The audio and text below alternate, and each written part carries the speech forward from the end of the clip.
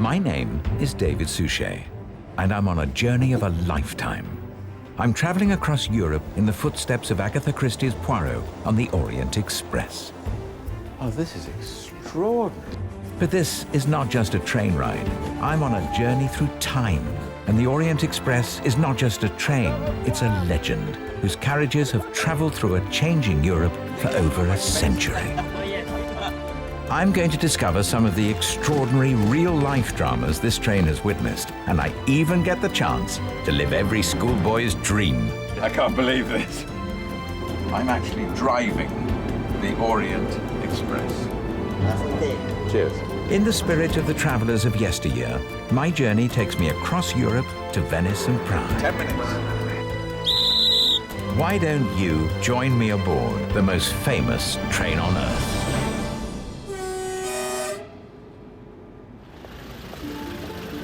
My journey starts at London's Victoria Station. A century ago, this is where thousands of excited travelers began their first trips to Europe. Today, I'm stepping out of the modern world back to the glamour of a previous era. I want to unravel a mystery, the mystery of the Orient Express. Why has it been, for over a century, the most talked about train in the world? And why did the world's most celebrated crime author choose that train for her most ingenious murder, to be solved, of course, by the world's most brilliant fictional detective, Hercule Poirot. Good morning, sir. Good morning. How are you today? Very well, thank you. Can I see your travel documents, please? Yes, that's my passport. Perfect. Okay, and do you have any luggage you want to give to me today? I've got this one here. Okay, we'll just... Can I take these two with me? Yes, you can do. Have a lovely trip. Thank you very much. Thank you. Today, I have 160 traveling companions, as well as my alter ego, the Belgian detective, Monsieur Hercule Poirot. No. No murders, please. No. Can't take the stress. Not this trip. The way Poirot's mind works is not logical. He probably would have guessed who everybody is, what they all do, and who they're with already. I have to catch him up. And I'm just looking at the faces and looking at the clothes and sort of trying to work out certain things about personality. Who they're with, why they're with. You know, because certain people have been dressed very formally, very elegantly. I'm glad I got my tie on. Well, I've just been told that the train's going to come in a minute, so I'm going to take a photograph. Actually, I've also been told it's not steam. Not allowed it anymore, apparently. Here it comes, the Orient Express. Just like in the old days, my journey is on two classic trains. First, this British Pullman will take me to Folkestone before I cross the Channel and meet up with the Orient Express sleeper in Calais, which will take me on to Venice and Prague. Good morning, Mr. Suchet. Oh, good morning. Welcome to the Orient Express. Thank you very much. Pleasure. Mr. Yes, Monk. Train manager. That's How it. very nice to meet you. If you'd like to follow me, we go on board. Lovely, thank you. We know, done it. Well, I don't. Okay, thank you. Oh, really beautiful. Even in the glamorous 1920s, these Pullmans were called palaces on wheels. I can see why. Look at the marquetry here. These carriages are original and all unique, each refurbished to their former glory.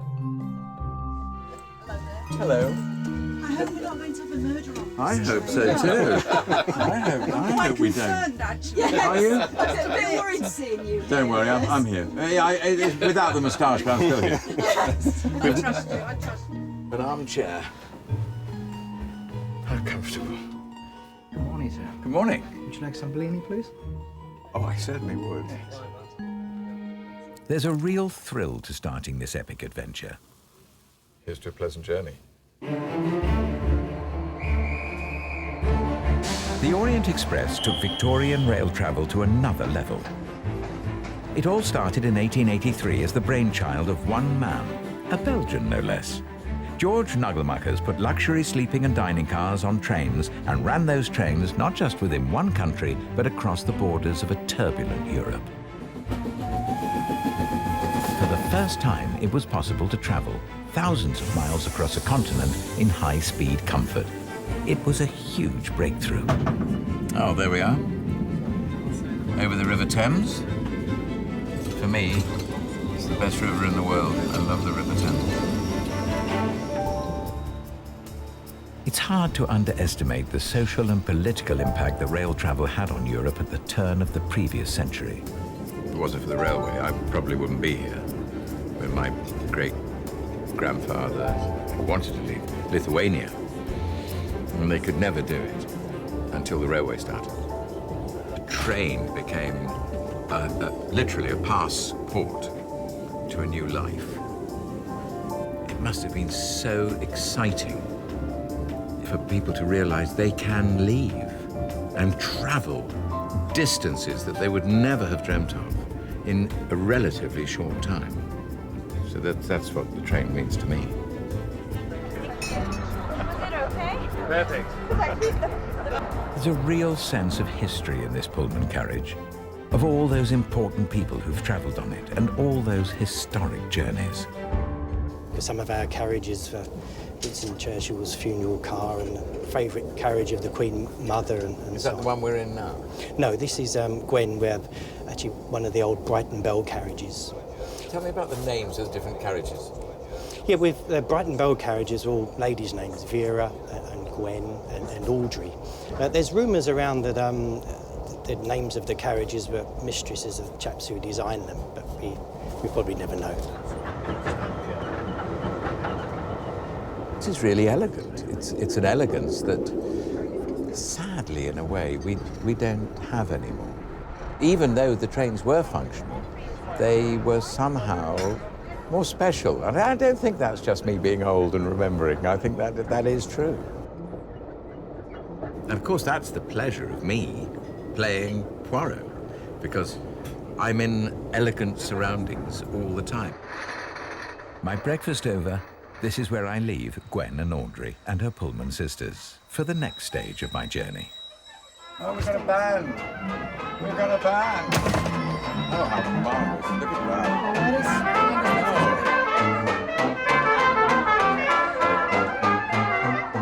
No train ride from Britain to the continent could ever be entirely seamless. The English Channel gets in the way. Look at that. For me? I'm crossing it in the style Hercule Poirot would expect. Wow. Thank you. I hasten to add, this is not the normal way that passengers would go to the European side, the French side of the Orient Express, but this has been laid on for me as a very special treat. In 1913, the rail and boat journey from London to Paris was 6.5 hours, and that was considered really fast. Today, it's even quicker with the rail link under the channel. On the other side, a piece of history is awaiting. I'm about to board the legendary Orient Express.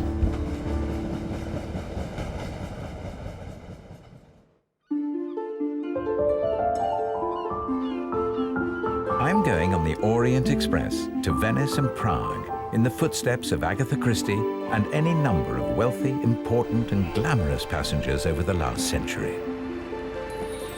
Oh my goodness, look at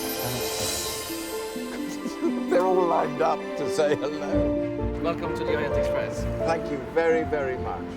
Look at the lineup. Would you care to meet your crew? Well, They'll be looking after you for the entire journey. Oh, that'd be... This is Michele, No, when people come up to me at the moment, they literally are seemingly thrilled to see me here because it's the Orient Express and I'm best known as Hercule Poirot. Walter is your head barman? It does surprise me, though, how many genuine fans there are of that extraordinary little man. My initial reaction when I look at the train is, my goodness, what an extraordinary piece of engineering and the history. But the first vision of the train is that it's huge and it's so tall. It's a big, big train. Every one of these carriages is a restored original from the 1920s. The world has changed. This train hasn't. Let me now introduce Oh. you to your steward who Oh, will right. be looking after you during the journey. Mr. Suchet, this is Rupert. Hello, Rupert. Hello, sir. Hello, very Nice nice to meet you. Very nice to meet you. You look Thank you very splendid, much. both of you. Look at you. It's very high. It is high, isn't it? In Agatha Christie's book, Poirot boards the Orient Express in Istanbul. Oh, this is extraordinary. He would have been traveling in a tiny first-class sleeper just like mine. Look at this marquetry. Couldn't be more comfortable.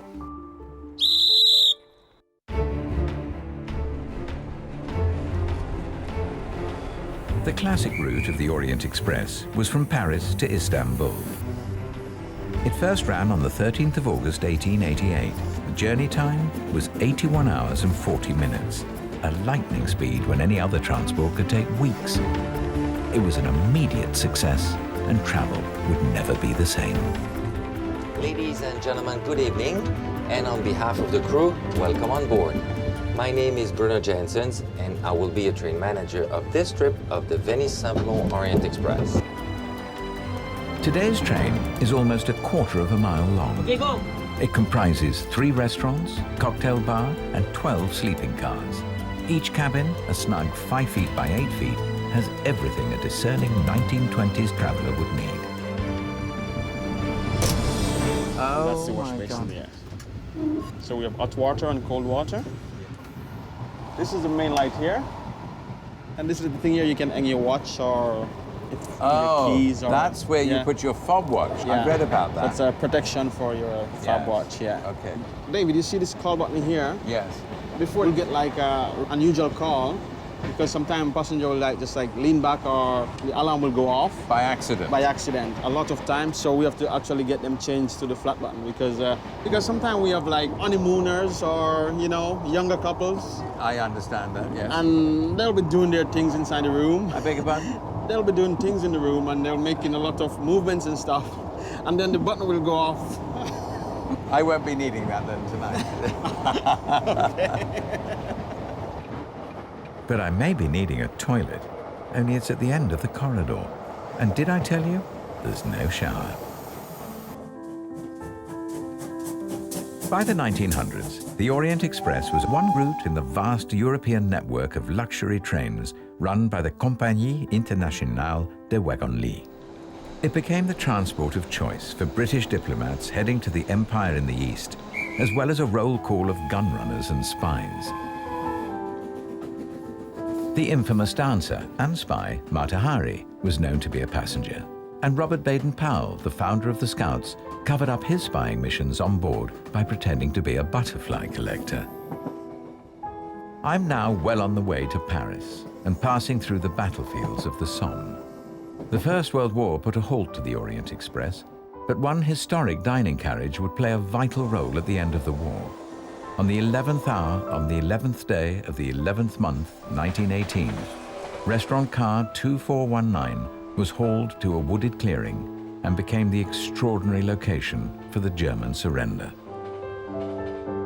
After the war, the service resumed and it became the golden era for the Orient Express. No money was spared. Celebrated artists and craftsmen were commissioned to build the carriages.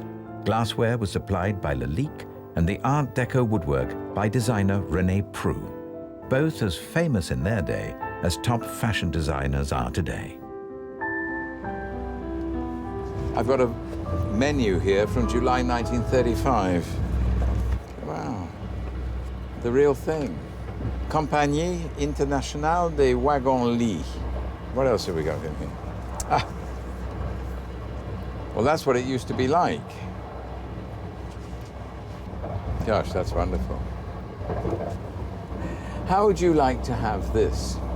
Consommé breton, turbot dauphine, followed by côtelette d'agneau, that's lamb cutlets, beignet d'abricot, that's apricot tart, I would imagine, and coffee. And the whole dinner will set you back 4 shillings. And that's without the tip. Well, that's very expensive. Agatha Christie sampled this high-class travel many times on her trips to the Middle East. Agatha Christie herself cancelled a trip to the West Indies because She wanted to go on the Orient Express instead. And she went all the way to Istanbul. She had an extraordinary mind. I mean, if she was on this train, I mean, she learnt the train and used it in the story. In Murder on the Orient Express, the victim, 13 suspects and Poirot are caught in a snowdrift and trapped in one carriage. Agatha Christie captures the atmosphere of this train with remarkable detail. She heard the click of the wash basin in the adjoining carriage, where Ratchet, the man who was murdered, was having a wash. And she would have noticed things like the watch holder there, the great observer, and noting the little details that... In the book, Poirot describes how passengers from all walks of life are thrown together for days, never to see each other again at the end of the journey. He sees this as the romance of the train. I'm starting to understand how he felt. As we near Paris, it's time for dinner. And just like days gone by when people dressed up for the theatre, this is a trip where you definitely have to look your best. When I was a young actor and very unemployed, I actually worked at Moss Bros, and I was in the formal wear department. I learned how to do bow ties because I knew that if I could teach anybody to tie a bow tie, I'd always get a tip of 10 shillings. So I became quite adept at doing my own tie. Dinner calls.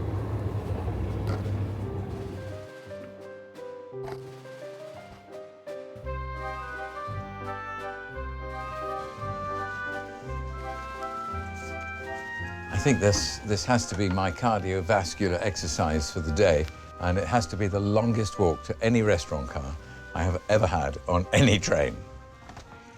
Builds up an appetite.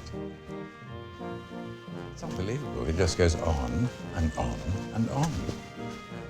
And on and on and on. It's such a long way.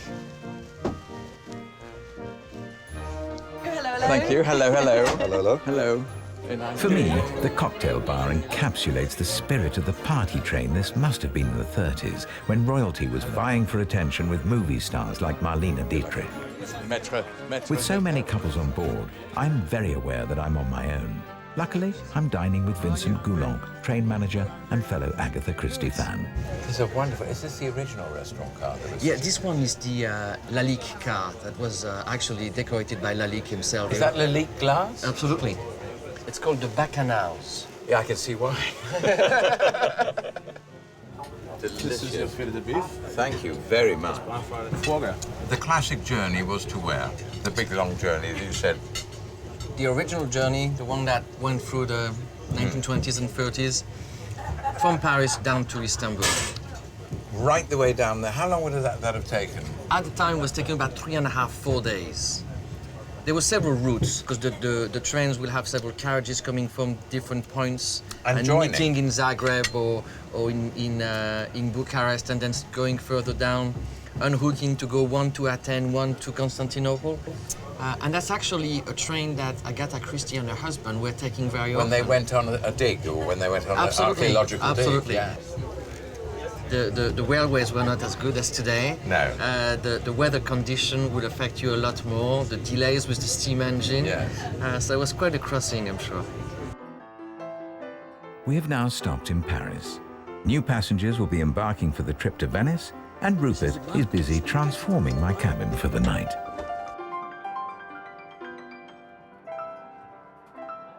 I said that. Albert Finney was my second favourite. Definitely. On board, there's a genuine sense of being whisked away from real life and transported to a world of self-indulgence, where possibly something or anything could happen. And many times it did. You've solved it. I bet you haven't. Bravo. There we go. My evening was sensational. Of all things on a train, I had a souffle, which was very hard to do, I'm told, but it was very delicious. Whoops. Oh, wow, look at that, my bed's... Well, I've been having dinner. Rupert said he would, and he has done my bedroom. Look at that.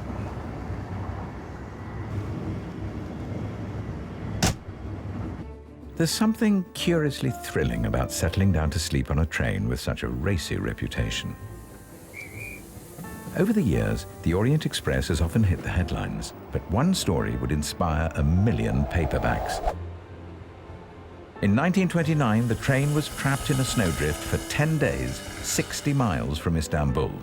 There were no murders, but the story captured the imagination of Agatha Christie, and she had the starting point for Murder on the Orient Express. What's more, my carriage was actually on that train. Now here I am, my first night in this extraordinary compartment. And this was where Poirot would have had his first night's sleep, and where I'm going to have mine. So, good night.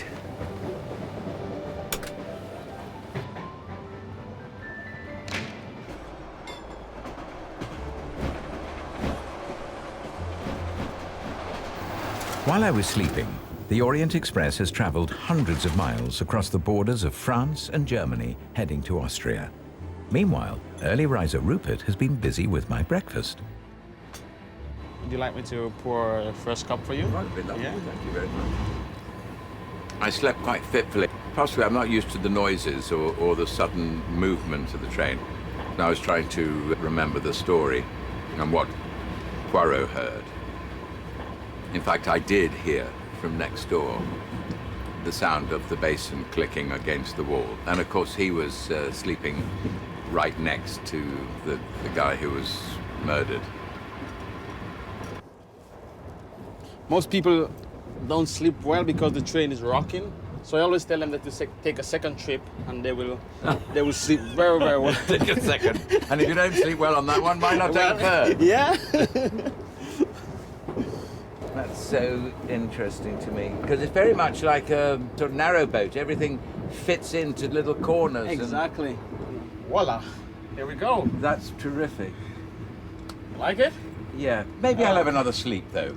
No problem. I'll make it again for you, yeah?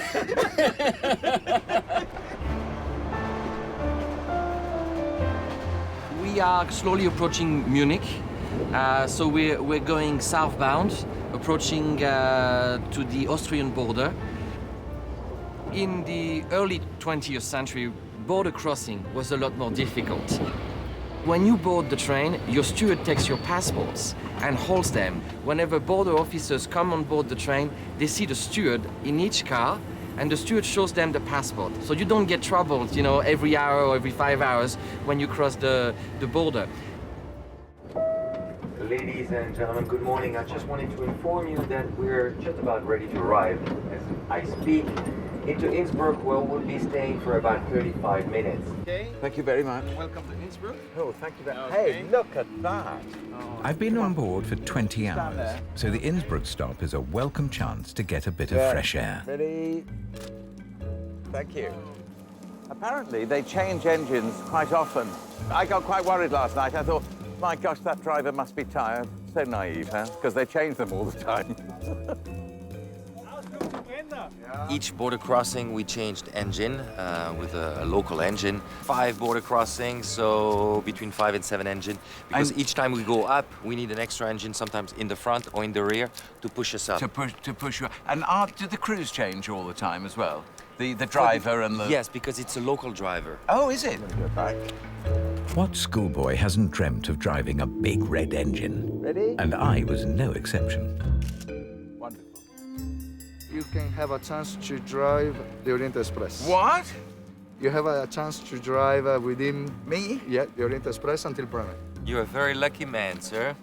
You are, I believe, the only one. Absolutely. Am I the only person that's ever... Absolutely. Yeah. Do you feel safe? Absolutely. Absolutely. I'm now an official crew member Of the Orient Express. Enjoy the ride. I can't believe this. I'm like a schoolboy now. That's cool, but At my age, I've got a first new thing happening to me, which is very exciting. So you're driving both Both engines? I have one engine about 10,000 horsepower. Wow. Yeah, it's. I do it about 25 years. It's always cool. Is it? Yes, it is. Yeah. Oh, right. So we can go now. We go now. Whoa. Here we go. My goodness. Every boy's dream.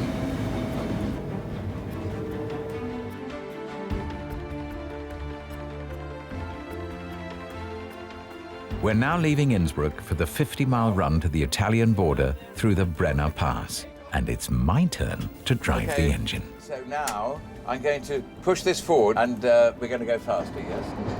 In the early 20th century, these mountains echoed to the sounds of tunnels blasting through solid rock. The longest was the 12-mile Simplon tunnel linking Switzerland and Italy. Around 60 men died building it, but it shaved half a day off the journey between Paris and Istanbul. The new route via Venice gave its name to the Simplon Orient Express. This is unique. I'm actually driving the Orient Express. Ah. Am I going too fast?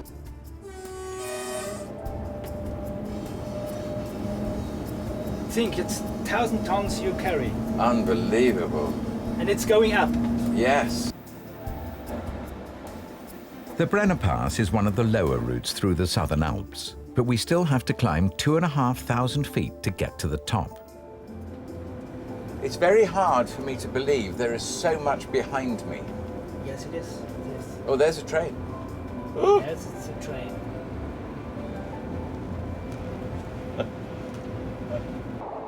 One engineering marvel meets another as we pass under the Europa Bridge, a staggering 600 feet high.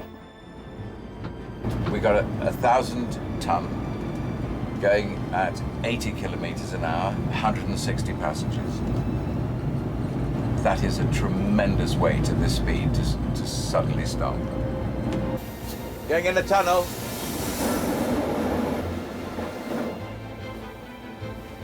Just up ahead, there's a spectacular curve of track that I've been told to look out for. Oh my goodness! I can see the whole train. Yes. Unbelievable. 400 meters. It's huge, it's so long. No wonder it took a long time to get to dinner last night.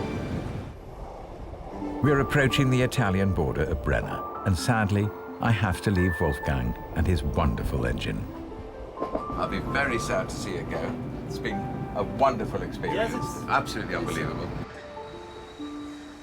Wow, that was amazing. As I said earlier, I keep using the word amazing and extraordinary, but this was like every young boy's dream come true. I've driven the Orient Express. So, bye-bye. Bye-bye. So now we are in Italy. And here we're still in Austria. That's gone, and an Italian locomotive will come all the way and join that, because that is the Orient Express without a locomotive. And that's the way it's going to stay for a while, because the Italian engine isn't working. Ce ne sono due disponibili, solo che una è questa qua avanti. No. Right now we have a problem with the first engine. The Italian railways, they decide to park on it, and we wait on a new engine. There are problems even with today's technology. Imagine the complex challenge of getting a steam train across Europe in the 1920s. After a very pleasant hour, a new engine arrives. Now we go to Venice, and we have to go. When Agatha Christie travelled on this train, its passenger list read like a who's who of European royalty. I know times have changed, but I'd like to meet some passengers to find out what brought them on board the Orient Express today. Well, we're here on a very peculiar reason, really, because it started off not as us coming. John, perhaps you'd like to explain. Well, I bought the tickets about 18 months ago for my mother and sister, because my mother had said that was one thing that left that she really wanted to do, one trip that she would love to do. And then sadly she didn't quite make it, and she died actually about a month ago. And at the same time, it's our 25th wedding anniversary in a week's time, so we thought, well, we'll come. Well, actually, it was a birthday present for my daughter Tina. Yes. Well, you must be a very special dad. Exactly. Exactly. We're doing it for our honeymoon. Oh, Yes. how wonderful! Yeah. Congratulations. We wanted a special occasion. This train is special. From Victorians travelling to the Empire to celebrating couples today, the clientele of the Orient Express has changed. Something which didn't feature on the early train was a bar. This one was built in the 1980s and it's run by Walter. Hello. Welcome to the bar. Thank you very much. Do you ever close? Is it open all day? The bar open 8 o'clock in the morning. Yes. But sometime also can happen we don't close the bar until the next morning. Some sunrise in Paris. Going to Paris, a guest will enjoy the bar all night long. That's mine coming. Can you hear that? Oh. Well, I will enjoy that. Thank you, Walter, very much. My pleasure. Thank you. Cheers. Cheers. This was always an indulgent train. Even in the 30s, as depression and turmoil mounted over Europe and other trains introduced second-class sleepers, the Orient Express defied the grim realities and kept on partying.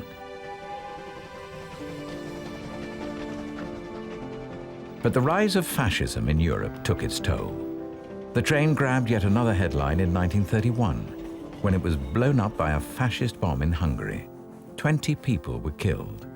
But among the survivors was glamorous exotic dancer Josephine Baker, who sung patriotic songs as they awaited rescue. It was around this time Murder on the Orient Express was published. In the book, Poirot is trapped in a carriage with the 13 suspects, each one carefully allocated a particular cabin by Agatha Christie. How does this carriage relate to the carriage I'm in now? This actual carriage is as close as you could get to the one she used to design the murder plot. What say 6 and 7 is actually will be this bed here and the berth just above. And so that would be mine? That would be yours. So where would Poirot have been in this layout that we're in now? He would be where? It would be just a bit further down the corridor in the 5th compartment. There's one little thing that was used at the time. I think today would make any safety inspector scream, but those are candle holders. Because they wouldn't have electrics like we have today. This is the two only one that have survived in this only car. The fact that Agatha Christie was actually on this train, and this train inspired her to write the book, is obviously now even more inspiring for me, knowing that I'm going to play it and play the man himself in that story. Agatha Christie captured the Orient Express at the height of its glamour and intrigue. But in 1939, the Second World War stopped the train in its tracks, and a wagon-lit carriage was once again about to make history. When Hitler invaded France in 1940, he extracted his revenge for the First World War by removing the 1918 Armistice carriage from its museum and forcing the French to surrender in that same dining car. Later, when Germany was losing the war, Hitler had it destroyed to avoid his own humiliation in the same carriage. All these carriages have their own story to tell. Some were used for troop transport, others were hospitals, and one carriage, still on this train, provided a more exotic service in occupied France. The car we're entering right now, which is 3544, was actually requisitioned by Hitler and used it for his officers as a brothel. As a brothel? Yes, absolutely. What a shame. Yes, from 42 to 45. Yeah. Hundreds of carriages were lost or destroyed in the war. It was now a huge task to find and repair what was left and restore long-distance luxury travel in post-war Europe.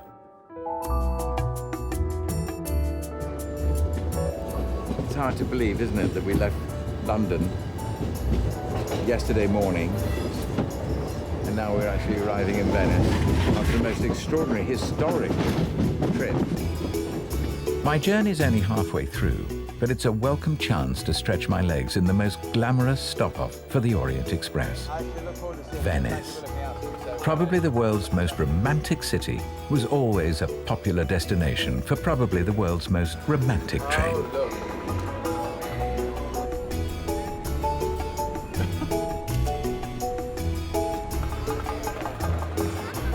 Welcome to Venice.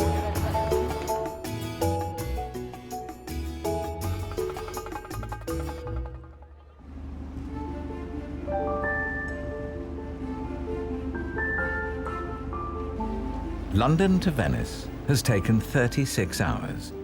And in a time before air travel, this would have been the fastest way to go. The cliche is true, isn't it? Every corner there's a photograph.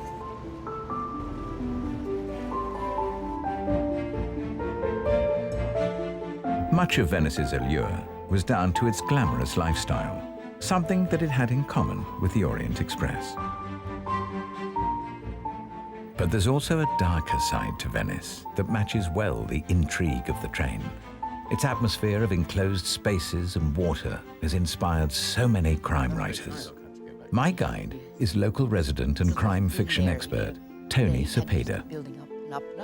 So many crime stories are set here, aren't they? Yes, and it's ironic, too, that most of them are about foreigners. But here, you get blindsided. You know, the city's too magical. All those reflections make, you can't tell reality from illusion. No. But the lure of the water was no small part. No. Because even a resident jumps just a little when you hear a plunk in the canal late at night and you hear the sound of your own footsteps. Yes. And it gives a certain atmosphere and the idea of bodies floating in the water. Are there many bodies in the canals? Mostly in the crime novels. Agatha Christie herself never actually set a crime story in Venice, did she? No. And yet it is strange that she would miss this. This yeah, I mean, this is full of perfect. opportunity. Perfect. Full of opportunity for her. The Venice leg of the Orient Express was popular with honeymooners, but this was only one stop en route to its final destination in the east. What an atmosphere here. Sadly, I can't stay sightseeing any longer. I have an important train to catch. Look at that. The most fantastic Grand Canal. The station.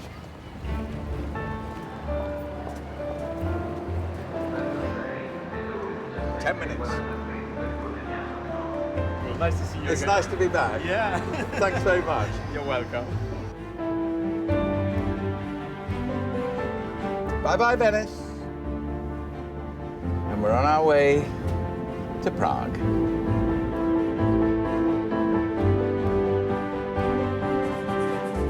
After the Second World War, the Orient Express resumed its service, but it was a shadow of its former self. The exclusiveness of the train was out of kilter with the times.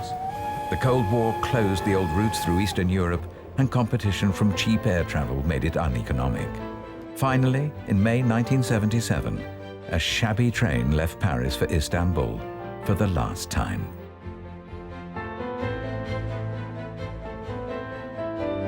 For me, it's time for dinner. These shoes are very special to me because I used these shoes for the last series of Poirot. Every time I put them on, it sort of takes me back.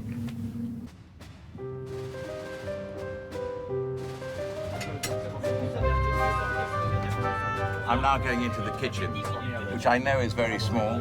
I know it's very hot, and it's actually sounding very chaotic, but I am definitely not going to meet Gordon Ramsay. Là, il y a un filet de bœuf à point. Go, go, go. Yes. Combien s'il vous plaît la dernière? Please, please, please. Go, go, go. Oh my goodness. Hello, you're Nikolai? Yeah. There's Christian. Hello, my goodness, you're busy. This to me is rather like backstage in a theatre where all the work is going on. It's similar, isn't it? Very similar. And it's very hot. When we go to Istanbul, yes, sometimes we can have some 45 degree in the kitchen. 45 degrees? Yes. You cook between 12 and 15 hours a day? Yes, every day. Tell me, what is the most difficult thing about cooking on a train? The souffle. Oh, yes. Why would you have something to make it difficult like that? Because you like when it's difficult, you know? For sure. 2 minutes. But you all seem so calm. You don't panic. Or do you? You do? Yeah. Do you? So this is Hell's Kitchen, isn't it? Even today, these kitchens dish out 150 kilos of caviar and 22,000 bottles of champagne every year. It's little wonder I need to stretch my legs. Well, you suddenly realise that amidst all this luxury, it's no bathroom en suite included, and we are still on the train. So a man's got to do what a man's got to do.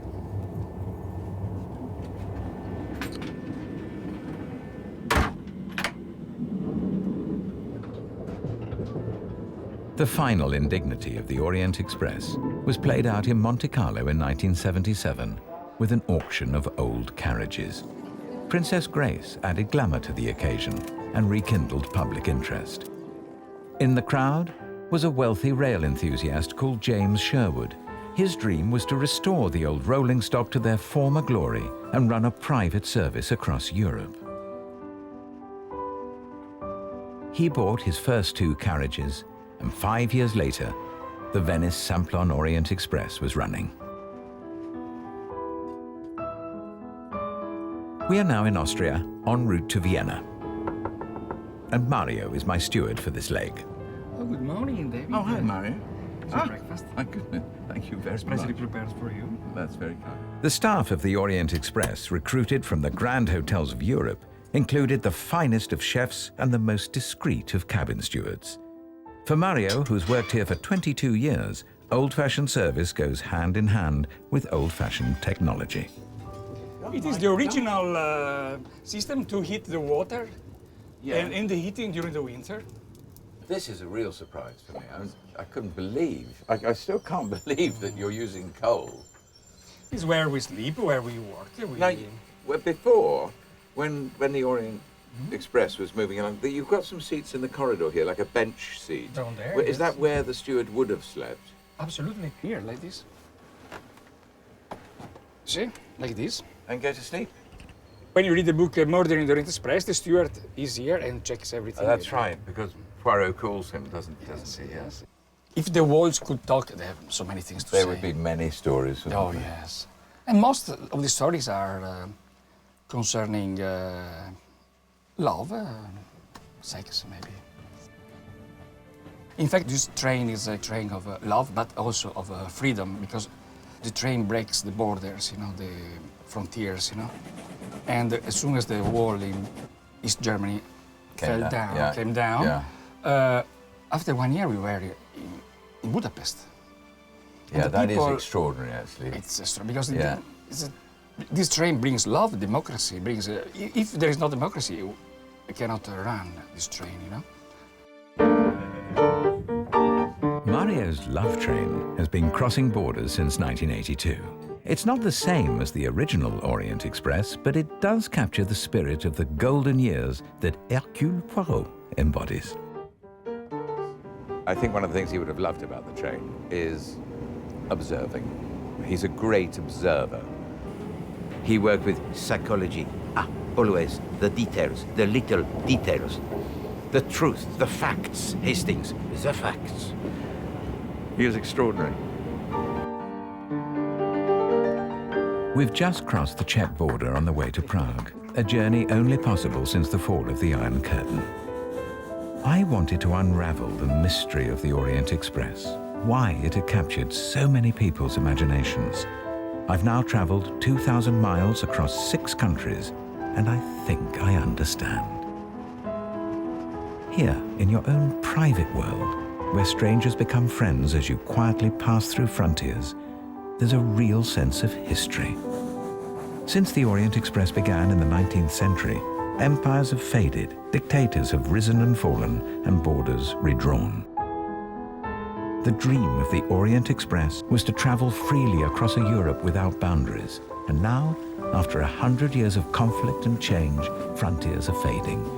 People can travel unhindered across Europe. And the dream is coming true. I'm sure I'm going to see you again soon. I'm sure you will. I shall be back. It's extraordinary how many friendships one has made. Big wave. As much as this being an extraordinary train, it would be nothing without the crew. Hey, bravo.